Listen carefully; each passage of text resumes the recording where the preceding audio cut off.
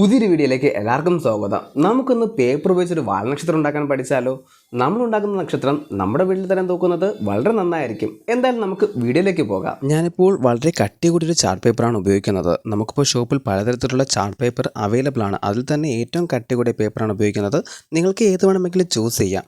അതുപോലെ തന്നെ ഒരു സ്കെയിലും ഒരു ബോൾ പെന്നും ഉപയോഗിക്കുന്നുണ്ട്. മഷി തീർന്ന ബോൾ പെന്നാണ് യൂസ് ചെയ്യുന്നത്. നമ്മുടെ ഈ ഒരു ചാർട്ട് പേപ്പറിനെ മടക്കാൻ വേണ്ടിയിട്ടാണ് ഈ ഒരു ബോൾ പെൻ ഉപയോഗിക്കുന്നത്. അതെന്താണെന്ന് നമുക്ക് വഴിയെ നോക്കാം. പിന്നെ നമ്മളൊരു ഗമ്മും ഉപയോഗിക്കുന്നുണ്ട്. അടുത്തത് നമ്മൾ ശ്രദ്ധിക്കേണ്ടത് ചെയ്യാൻ പോകുന്ന നക്ഷത്രത്തിന് എത്ര കാലുകൾ വേണമെന്നാണ്.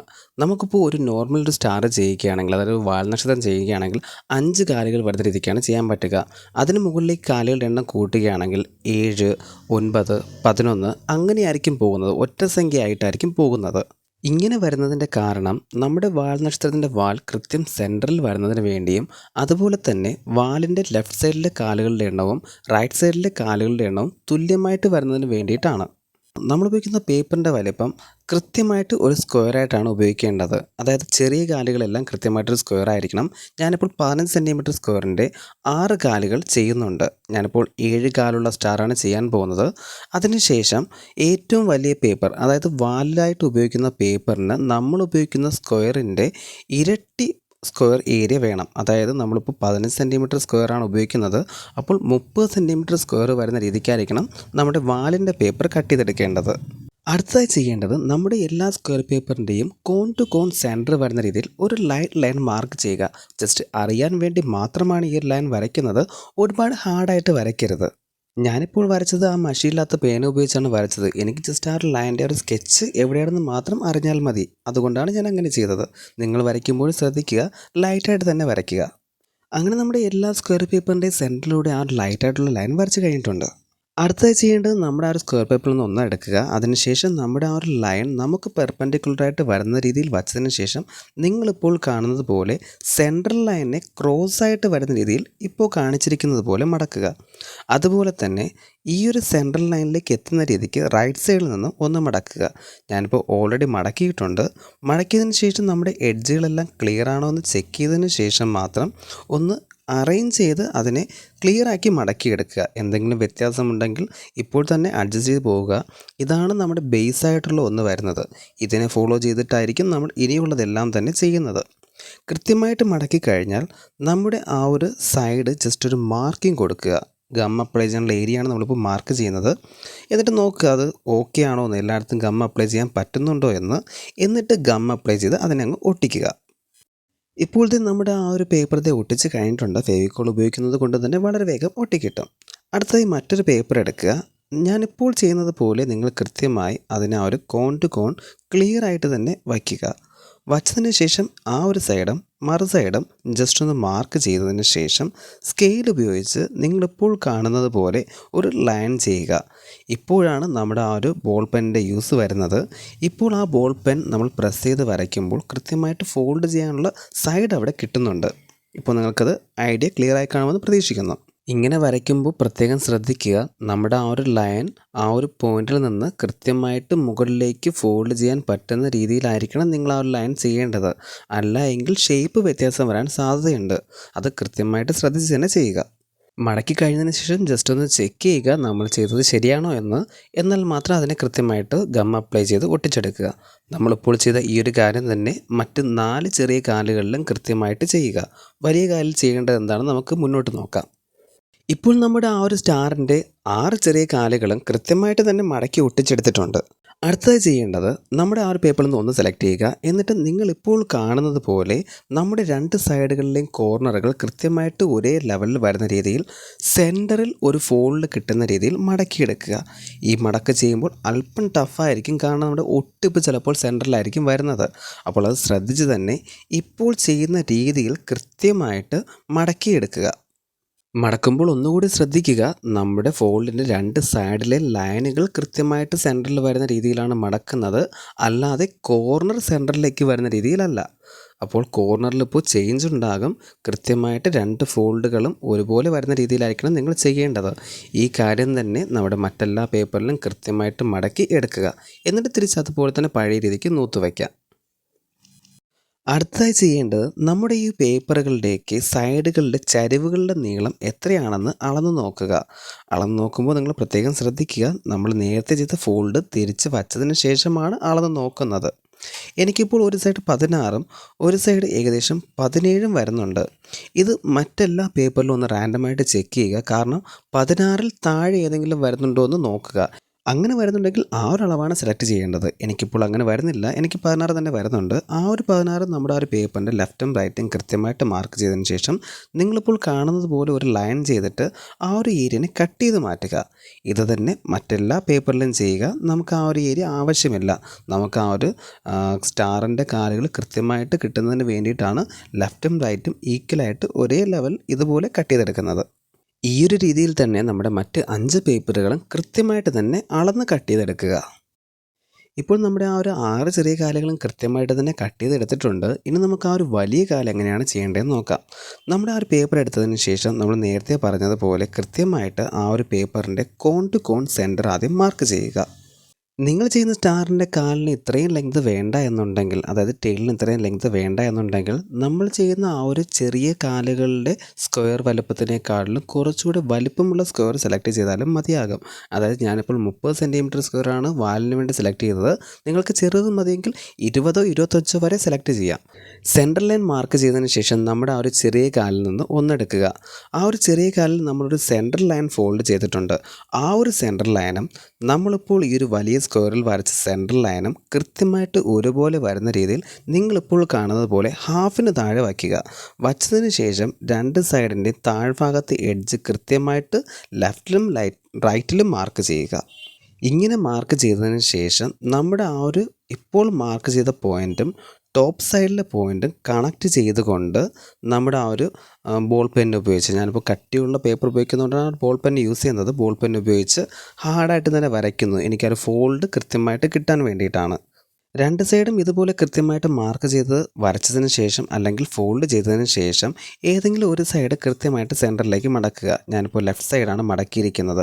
നിങ്ങളിപ്പോൾ നോക്കിയാൽ മനസ്സിലാക്കാൻ പറ്റും, സെൻറ്ററിൽ നിന്ന് ഒരുപാട് ക്രോസ് ആയിട്ടാണ് ആ ഒരു പേപ്പർ നിൽക്കുന്നത്. അപ്പോൾ നമുക്ക് ഒട്ടിക്കാൻ പാകത്തിന് മാത്രം കുറച്ചേറെ ബാലൻസ്, സെൻറ്ററിൽ നിന്ന് റൈറ്റിലേക്ക് കുറച്ച് ബാലൻസ് ഇട്ടതിന് ശേഷം ആ ഒരു ഏരിയ മാർക്ക് ചെയ്തിട്ട് ബാലൻസ് ഏരിയ കട്ട് ചെയ്ത് മാറ്റുന്നു. ഇതേ രീതി തന്നെ റൈറ്റ് സൈഡിൽ നിന്നുള്ള ഫോൾഡും സെൻറ്ററിലേക്ക് ചെയ്തിട്ട് ഒട്ടിക്കാനുള്ള ഗ്യാപ്പ് ഇട്ടതിന് ശേഷം ബാലൻസ് ഉള്ള പാർട്ട് കട്ട് ചെയ്ത് മാറ്റുക. നമ്മുടെ ആദ്യത്തെ ചെറിയ സ്റ്റാറിൽ ചെയ്ത കാര്യം തന്നെയാണ് ഇപ്പോഴും ഇവിടെ ചെയ്യുന്നത്. പക്ഷേ ഇവിടെ കുറച്ചധികം പേപ്പർ ബാലൻസ് വരുന്നുണ്ട്, ബാലൻസ് എക്സ്ട്രാ വരുന്നുണ്ട്. അത് ഒഴിവാക്കാനാണ് ഇപ്പോൾ ഇങ്ങനെ കട്ട് ചെയ്ത് മാറ്റിയത്. അതുപോലെ തന്നെ ഒരു കാര്യം കൂടി ശ്രദ്ധിക്കുക, നമ്മളിപ്പോൾ ഈ ഒരു കട്ട് ചെയ്യാൻ വേണ്ടി വരയ്ക്കുന്ന ലൈൻസും അതുപോലെ തന്നെ ഫോൾഡ് ചെയ്യാൻ വേണ്ടി വരയ്ക്കുന്ന ലൈൻസും മുകളിലത്തെ ഷാർപ്പായിട്ടുള്ള എഡ്ജിൽ കൃത്യമായിട്ട് വരുന്ന രീതിയിലാണ് ചെയ്യേണ്ടത്. ഞാനിപ്പോൾ വീഡിയോ എടുത്തപ്പോൾ എനിക്ക് ആദ്യത്തെ കുറച്ച് പാർട്ടിൽ ടോപ്പ് സൈഡ് മിസ്സായി. ഞാനിപ്പോൾ രണ്ടാമത് കാണിച്ച രീതിയിൽ തന്നെ കൃത്യമായിട്ട് ടോപ്പ് സൈഡിന് ഷാർപ്പായിട്ട് വരുന്ന രീതിയിൽ തന്നെ നിങ്ങൾ ആ കാര്യങ്ങളൊക്കെ ചെയ്യുക. കട്ട് ചെയ്ത് കഴിഞ്ഞതിന് ശേഷം നമ്മൾ നേരത്തെ ചെയ്തതുപോലെ തന്നെ ഗം അപ്ലൈ ചെയ്യേണ്ട ഏരിയ മാത്രം മാർക്ക് ചെയ്ത് ഗം അപ്ലൈ ചെയ്ത് അതിനെ ഒട്ടിച്ചെടുക്കുക. ഒട്ടിച്ചെടുത്ത് അത് ഡ്രൈ ആയതിനു ശേഷം നമ്മൾ നേരത്തെ ചെയ്ത സെയിം മെത്തേഡ് തന്നെ ഇതിലും ചെയ്യുന്നു. കൃത്യമായിട്ട് രണ്ട് ഓപ്പോസിറ്റ് സൈഡ് സെൻറ്ററിലേക്ക് വരുന്ന രീതിയിൽ നമ്മുടെ ആ ഒരു കാലിനെ മടക്കിയെടുക്കുന്നു. ഓപ്പോസിറ്റ് സൈഡ് സെൻറ്ററിലേക്ക് ടച്ച് ആകുന്ന രീതിയിൽ മടക്കിയെടുക്കുന്നു. ഇത് ചെയ്യുമ്പോൾ ശ്രദ്ധിക്കുക, സെൻറ്ററിലെ ഒട്ടിപ്പ് കൃത്യം സെൻറ്ററിലാണ് വരുന്നതെങ്കിൽ അല്പം ടഫായിരിക്കും മടക്കാനായിട്ട്. ശ്രദ്ധിച്ച് തന്നെ അതിൽ ചേഞ്ചൊന്നും വരാത്ത രീതിയിൽ മടക്കിയെടുക്കുക. അതിനുശേഷം നമ്മുടെ ആ ഒരു കാലിനെ നേരെ തിരിച്ച് മടക്കിയിട്ട് നമ്മുടെ ചെറിയ കാലിൽ നിന്ന് ഒന്നെടുക്കുക, അതിനെ കൃത്യം സെൻറ്ററിൽ അഡ്ജസ്റ്റ് ചെയ്ത് വയ്ക്കുക. സെൻറ്റർ ലൈനിന് കൃത്യമായിട്ട് വരുന്ന രീതിക്ക് വച്ചതിന് ശേഷം രണ്ട് സൈഡും എവിടെയാണോ കൃത്യമായിട്ട് ടച്ച് ചെയ്യുന്നത് നോക്കുക. ഇങ്ങനെ നോക്കിയതിന് ശേഷം ആ സൈഡുകളൊന്ന് മാർക്ക് ചെയ്യുക. എന്നിട്ട് രണ്ട് സൈഡും കൃത്യമായിട്ട് ഒരേ അകലത്തിലാണ് വരുന്നത് എന്ന് കൂടിയും ചെക്ക് ചെയ്യുക. ഒരേ അകലത്തിലാണ് വരുന്നതെങ്കിൽ നമുക്കതിനെ കട്ട് ചെയ്ത് മാറ്റാം. നമുക്ക് അത്രയും ഏരിയ മാത്രമാണ് ആവശ്യമായിട്ടുള്ളത്, മറ്റ് ഏരിയകൾ ആവശ്യമില്ല. അങ്ങനെ നമ്മുടെ സ്റ്റാറിൻ്റെ എല്ലാ കാലുകളും കൃത്യമായിട്ട് തന്നെ കട്ട് ചെയ്ത് ഷേപ്പാക്കി വെച്ചിട്ടുണ്ട്. ഇനി അടുത്ത് കണക്ട് ചെയ്യേണ്ട ഏരിയകളാണ് കട്ട് ചെയ്യേണ്ടത്. വളരെ ശ്രദ്ധിച്ച് ചെയ്യേണ്ട ഒരു കാര്യമാണ്. ഇപ്പോൾ നിങ്ങൾ ശ്രദ്ധിക്കുക, നമ്മുടെ ആ ഒരു കാലിൻ്റെ സെൻറ്ററിൽ നിന്നും ഉള്ളിലേക്ക് 4 സെൻറ്റിമീറ്ററാണ് അകത്തേക്ക് കട്ട് ചെയ്യാൻ വേണ്ടി മാർക്ക് ചെയ്യുന്നത്. ഇങ്ങനെ 4 സെൻറ്റിമീറ്റർ ഉള്ളിലേക്ക് കട്ട് ചെയ്യുന്നതിൻ്റെ കാരണം നമ്മുടെ സ്റ്റാറിൻ്റെ കാലുകളുടെ എണ്ണം 7 ആയതുകൊണ്ടാണ്. സ്റ്റാറിൻ്റെ കാലുകളുടെ എണ്ണം ഇപ്പോൾ 5 അല്ലെങ്കിൽ 4 ആയിരുന്നുവെങ്കിൽ നമുക്കൊരു 3 അല്ലെങ്കിൽ 2.5 സെൻറ്റിമീറ്റർ ഉള്ളിലേക്ക് കട്ട് ചെയ്താൽ മതിയായിരുന്നു. സ്റ്റാറുകളുടെ കാലിൻ്റെ എണ്ണം കൂടുന്തോറും ഉള്ളിലേക്ക് കട്ട് ചെയ്യുന്നതിൻ്റെ ഏരിയ കൂടുകയും സ്റ്റാറിൻ്റെ കാലുകളുടെ എണ്ണം കുറയുമ്പോൾ ഉള്ളിലേക്ക് കട്ട് ചെയ്യുന്നതിൻ്റെ ഏരിയ കുറയുകയും ചെയ്യുന്നു. ഇപ്പോൾ നമ്മൾ കട്ട് ചെയ്ത ഈ ഒരു രീതി നമ്മുടെ സ്റ്റാറിൻ്റെ മറ്റ് 6 കാലുകളിലും കൃത്യമായിട്ട് തന്നെ കട്ട് ചെയ്യുക. ഞാനിപ്പോൾ പറഞ്ഞ ഈ ഒരു കട്ട് ചെയ്യുന്ന രീതി സ്റ്റാറിൻ്റെ വലിപ്പം അനുസരിച്ചും അതുപോലെ തന്നെ കാലുകളുടെ എണ്ണം അനുസരിച്ചും വ്യത്യാസങ്ങൾ വന്നേക്കാം. അതായത് നമ്മളിപ്പോൾ ചെയ്തുകൊണ്ടിരിക്കുന്നത് 15 സെൻറ്റിമീറ്റർ സ്ക്വയറിൽ വരുന്ന ഒരു വാൽനക്ഷത്രമാണ്. അതേസമയം 30 സെൻറ്റിമീറ്റർ സ്ക്വയറിൽ വരുന്ന ഒരു വാൽനക്ഷത്രമാണ്, അതും 7 കാലിൻ്റെ തന്നെയാണെങ്കിൽ അവിടെ ഉള്ളിലേക്ക് കട്ട് ചെയ്യുന്നതിൻ്റെ ഗ്യാപ്പ് ഏകദേശം 8 സെൻറ്റിമീറ്റർ ആയിരിക്കാം. നമ്മൾ മടക്കുന്നതിൻ്റെ രീതി അനുസരിച്ചും ചിലപ്പോൾ വ്യത്യാസങ്ങൾ വന്നേക്കാം. അപ്പോൾ ഈ ഒരു രീതി മനസ്സിലാക്കി നിങ്ങൾ മുന്നോട്ട് പോവുക. കട്ട് ചെയ്ത് കഴിഞ്ഞതിന് ശേഷം നമ്മുടെ ആ ഒരു സെൻറ്ററിൽ നിന്ന് സൈഡിലെ കോർണറിലേക്ക് ലൈൻ ചെയ്ത് സൈഡുകളെ നമ്മൾ ഇപ്പോൾ കാണുന്നത് പോലെ മടക്കിയെടുക്കുന്നു. മടക്കിയെടുക്കുമ്പോൾ ശ്രദ്ധിക്കുക, ഒട്ടിപ്പ് വരാത്ത ഭാഗമാണ് നമ്മളിപ്പോൾ ഇങ്ങനെ മടക്കിയെടുക്കുന്നത്. ഒട്ടിപ്പ് വന്ന ഭാഗം നമ്മൾ കട്ട് ചെയ്ത് മാറ്റുകയാണ് ചെയ്യുന്നത്. അതുപോലെ തന്നെ നമ്മളിപ്പോൾ ഫോൾഡ് ചെയ്ത് അത്രയും ഏരിയ നമുക്ക് ഒട്ടിക്കാനായിട്ട് ആവശ്യമില്ല.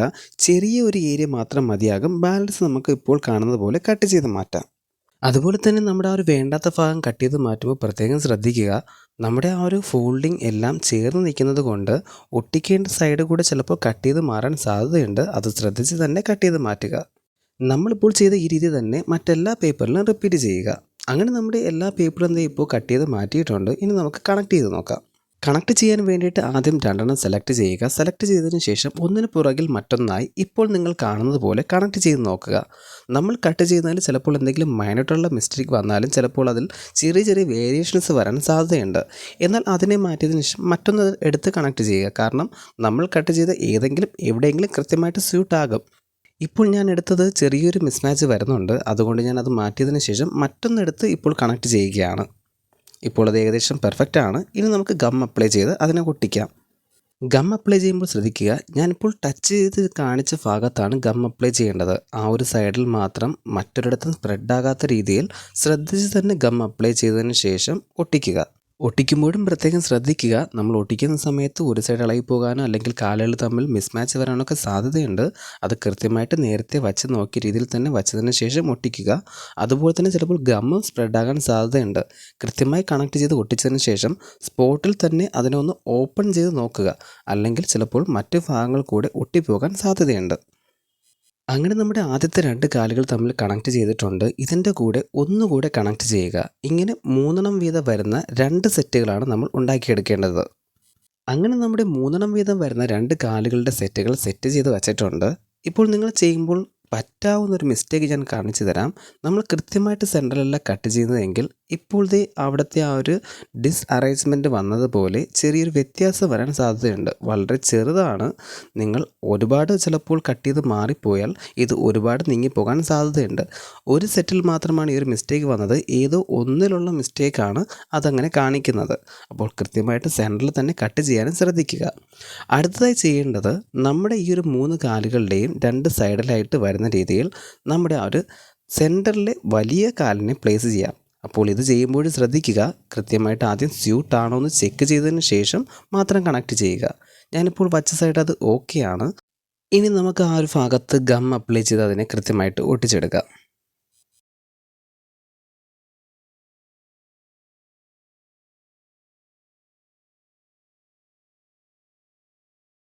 ഇപ്പോൾ നമ്മൾ ചെയ്ത അതേ രീതിയിൽ തന്നെ അടുത്ത സൈഡും അത് സ്യൂട്ടാണോ എന്ന് ജസ്റ്റ് ഒന്ന് ചെക്ക് ചെയ്ത് നോക്കുക. അഥവാ സ്യൂട്ടല്ല എങ്കിൽ അതിനെ നേരെ തിരിച്ച് വെച്ച് ഉപയോഗിക്കുക. ഞാനിതിപ്പോൾ വച്ച് നോക്കിയിട്ടത് അത്ര പെർഫെക്റ്റായിട്ട് തോന്നുന്നില്ല. അതുകൊണ്ട് തന്നെ ഞാൻ നേരെ തിരിച്ച് വെച്ച് നോക്കുകയാണ്. അപ്പോൾ അത് ഏകദേശം ഓക്കെയാണ്. അതുകൊണ്ട് നമുക്ക് ആ ഒരു വലിയ കാലിൻ്റെ ആ ഒരു സൈഡിൻ്റെ ആ ഒരു ഒട്ടിക്കുന്ന ഭാഗം ആവശ്യമില്ല. അതിനെ ഞാൻ കട്ട് ചെയ്ത് മാറ്റുകയാണ്. ഇപ്പോൾ നമ്മുടെ ആ ഒരു 2 ഏരിയയും തമ്മിൽ നന്നായിട്ട് തന്നെ സ്യൂട്ട് ആകുന്നുണ്ട്. ഇനി നമുക്ക് ഗം അപ്ലൈ ചെയ്ത് അതിനെ ഒന്ന് ഒട്ടിച്ചെടുക്കാം.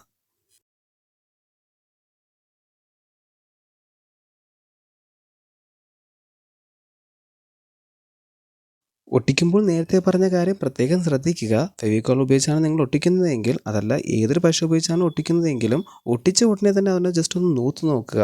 വേറെ എവിടെയെങ്കിലും അകത്ത് ഒട്ടിപ്പോയാൽ അത് നമ്മുടെ സ്റ്റാറിന് ഡാമേജ് ഉണ്ടാക്കും. അങ്ങനെ നമ്മുടെ സ്റ്റാറിൻ്റെ പണി ഏകദേശം പൂർത്തിയാക്കിയിട്ടുണ്ട്. ഇനി നമുക്ക് ആ ഒരു വള്ളി കൂടെ ആഡ് ചെയ്താൽ ആ ഒരു സ്റ്റാർ കംപ്ലീറ്റ് ആക്കാം. വള്ളി ആഡ് ചെയ്യുന്നതിനായിട്ട് വള്ളി എടുക്കുക. അതുപോലെ തന്നെ ഇപ്പോൾ നിങ്ങൾ കാണുന്നത് പോലെ ചെറിയ 2 പേപ്പർ പീസും കട്ട് ചെയ്തെടുക്കുക. പേപ്പർ പീസിലേക്ക് ഗം അപ്ലൈ ചെയ്തതിന് ശേഷം വള്ളിയുടെ ഒരു ഭാഗത്തൊരു കെട്ടിട്ട് ഇപ്പോൾ നിങ്ങൾ കാണുന്നത് പോലെ സ്റ്റാറിൻ്റെ ഇൻസൈഡിൽ സെൻറ്ററിലേക്ക് വള്ളി വരുന്ന രീതിയിൽ ഒട്ടിക്കുക. ഗം അപ്ലൈ ചെയ്ത് ഒട്ടിച്ച് ഉടനെ തന്നെ നമ്മൾ നൂത്ത് നോക്കണമെന്ന് പറഞ്ഞിരുന്നു. ഇപ്പോഴത്തെ നോക്കിക്കുക, നമ്മുടെ ആ ഒരു സൈഡ് ഒട്ടിപ്പോയിരിക്കുകയാണ്. അപ്പോൾ നമുക്ക് എന്തെങ്കിലും ഉപയോഗിച്ച് ജസ്റ്റ് ഒന്ന് ഓപ്പൺ ചെയ്ത് കൊടുക്കാം. നമ്മളിപ്പോൾ വള്ളി ഒട്ടിച്ച് അതേ രീതിയിൽ തന്നെ മറുസൈഡിലും വള്ളി ഒട്ടിച്ച് അതിനെ ജസ്റ്റ് ഒന്ന് ഉണങ്ങാനുള്ള ടൈം കൊടുത്താൽ നമുക്കതിനെ നൂത്ത് നോക്കാം. അതോടുകൂടി നമ്മുടെ സ്റ്റാർ റെഡിയാകും. നമ്മൾ ഒട്ടിച്ച വള്ളികളെല്ലാം തന്നെ ഇപ്പോൾ നന്നായിട്ട് ഡ്രൈ ആയിട്ടുണ്ട്. നമ്മുടെ സ്റ്റാറിനെ നൂത്തിരിക്കുകയാണ്. വളരെ പെർഫെക്റ്റ് ആയിട്ട് തന്നെ നമ്മുടെ വാൽ നക്ഷത്രത്തെ കിട്ടിയിട്ടുണ്ട്. ഇപ്പോൾ നിങ്ങളുടെ കയ്യിൽ പഞ്ചിങ് ചെയ്യാനുള്ള എന്തെങ്കിലും മെഷീൻസോ എന്തെങ്കിലുമൊക്കെ ഉണ്ടെങ്കിൽ പഞ്ച് ചെയ്തുകൊണ്ട് നമുക്ക് ഈ സ്റ്റാറിൽ ഒരുപാട് ഡിസൈൻസൊക്കെ ആഡ് ചെയ്യാം. അതുപോലെ തന്നെ ഞാൻ ചെയ്തപ്പോൾ പറ്റിയത് നിങ്ങൾക്ക് വരാൻ സാധ്യതയുമായിട്ടുള്ള മിസ്റ്റേക്ക് കൂടി പറയാം. നമ്മൾ കോർണർ കട്ട് ചെയ്ത് അകത്തേക്ക് കയറ്റുമ്പോൾ ചിലപ്പോൾ ഇതുപോലെ കട്ട് ചെയ്ത് അകത്തേക്ക് കയറാൻ സാധ്യതയുണ്ട്. ശ്രദ്ധിച്ച് കട്ട് ചെയ്തില്ല എങ്കിൽ ചിലപ്പോൾ കട്ടായി പോകാനും സാധ്യതയുണ്ട്. ഇപ്പോഴത്തെ ചാർട്ട് പേപ്പർ ആയതുകൊണ്ടും കട്ടിയുള്ള പേപ്പർ ആയതുകൊണ്ടും വലിയ ഡാമേജസ് ഒന്നും ഇവിടെ ഇല്ല. നിങ്ങൾ ഉപയോഗിക്കുന്നത് ചെറിയ കട്ടി കുറഞ്ഞ പേപ്പർ ആണെങ്കിൽ ചിലപ്പോൾ കട്ടായി പോകാനോ അല്ലെങ്കിൽ അവിടെ ഹോൾ വരാനോ സാധ്യതയുണ്ട്. അതുകൂടെ ശ്രദ്ധിക്കുക. 2 ഏരിയയിലാണ് എനിക്ക് ആ ഒരു മിസ്റ്റേക്ക് വന്നിട്ടുള്ളത്. നിങ്ങൾക്കിപ്പോൾ ഒരു വാൽനക്ഷത്രം ചെയ്യേണ്ട ക്ലിയർ ആയിട്ടുള്ള ഐഡിയ കിട്ടിക്കാണുമെന്ന് പ്രതീക്ഷിക്കുന്നു. വീഡിയോ നിങ്ങൾക്ക് ഉപകാരമായാൽ ലൈക്ക് ചെയ്യാനും ഷെയർ ചെയ്യാനും മറക്കരുത്. നിങ്ങളുടെ അഭിപ്രായങ്ങൾ താഴെ കമൻറ്റ് ചെയ്യുക. നമുക്ക് പുതിയൊരു വീഡിയോ ആയിട്ട് ഉടനെ തന്നെ കാണാം. എല്ലാവർക്കും ഹാപ്പി ക്രിസ്മസ്.